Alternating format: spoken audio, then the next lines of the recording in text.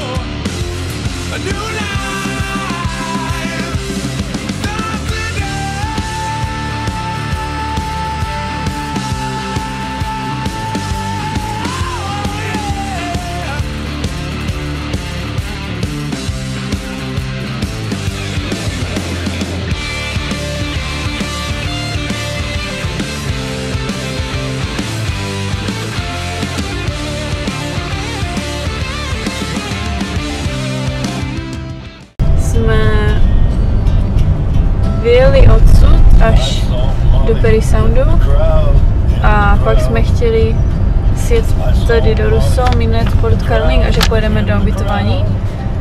Ale ve finále jsme prostě to jeli takhle. Tady jsme stihli Muskoka Brewery tour, prohlídku zdarma a ochutnávky. A teďka jsme tady a ještě máme teda čas, když pojedeme na ubytování, protože je 5:45.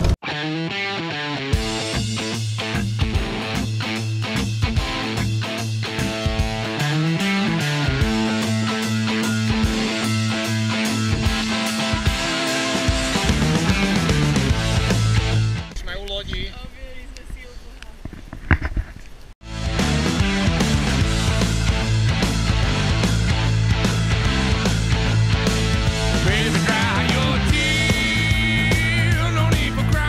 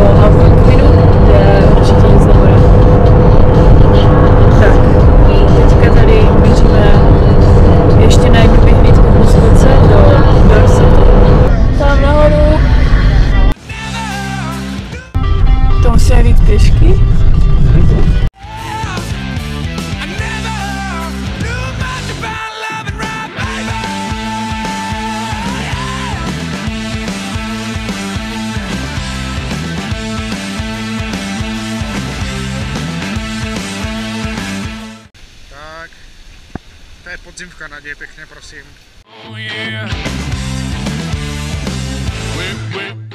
Tak už jsme v Algonquinu, stojí jsme letáček a tady jsme vyjeli a jeli jsme až sem, když jsme zjistili, že teda musíme se vrátit zpátky a zaplatit. Takže jsme se vrátili, teďka už jsme jeli na kterém? Tak teď už jsme někde tady.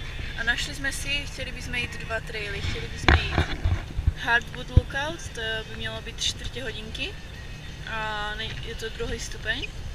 A potom na 40. kilometru, to jsme měli vybrané už domů, tady. Ten je na tady na hodinku. A ten je ale, ten je 3. stupeň, no, ten je těžký. No need for crying anymore. I'll break her heart just like I broke yours. Yeah. I never knew much about love. Prší, kroupy, všechno je. Au. Rozhled je špatný. Objektiv je mokrý.